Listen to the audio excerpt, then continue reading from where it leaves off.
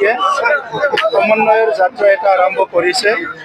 বড়োলেণ্ড অঞ্চলত শান্তি কৰি অহাৰ পিছত বিভিন্ন জাতি জনগোষ্ঠীৰ মাজত হেৰাই যোৱা মৰম স্নেহ বিশ্বাস আকৌ ঘূৰি আহিছে। সকলো জাতি জনগোষ্ঠীয়ে হাতত হাত মিলাই আগবাঢ়ি যাবলৈ ইতিমধ্যে মন বনাইছে।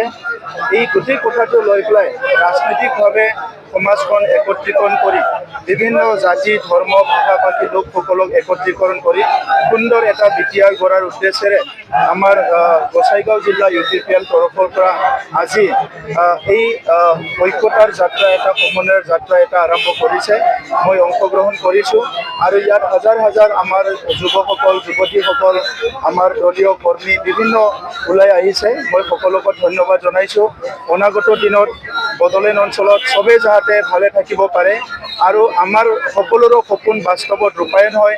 নিজৰ নিজৰ জনগোষ্ঠীক ৰক্ষণাবেক্ষণ দিয়া সকলো জাতি জনগোষ্ঠীৰ সাংবিধানিক অধিকাৰৰ পৰা লৈ সামাজিক অৰ্থনৈতিক ৰাজনৈতিক অধিকাৰ সব পাবলৈ সক্ষম হয়, শিক্ষাৰ অধিকাৰ সকলো পাবলৈ সক্ষম হয় আৰু আজিৰ সময়ত ভাৰতৰ প্ৰধানমন্ত্ৰী ডাঙৰীয়াই এখন বিকশিত ভাৰত গঠন কৰাৰ যিটো এটা সপোন ৰচনা কৰিছে, এইটো বাস্তৱত ৰূপায়ণ কৰাত বিটিআৰ অঞ্চলৰ সকলো শ্ৰেণীৰ ৰাইজে অংশগ্ৰহণ কৰিব পাৰে। মুখ্যমন্ত্ৰী ডাঙৰীয়াই অসমখন এখন উন্নত ৰাজ্য হিচাপে গঢ় দিব বিচাৰিছে। ইয়াত বিটিআৰ অঞ্চল যাতে কোনো কাৰণত পিছ পৰি নাথাকে আৰু বড়োলেণ্ডত আমাৰ চৰকাৰ অহাৰ পিছত আমি সকলো জাতি জনগোষ্ঠী ডাঙৰ সৰু সকলো জনগোষ্ঠীক একেলগে লৈ আগবাঢ়ি যাব বিচাৰিছোঁ আৰু স্বাধীনতাৰ ৭৮ বছৰ পিছত তেনেকুৱা এটা পৰিৱেশ আহিছে।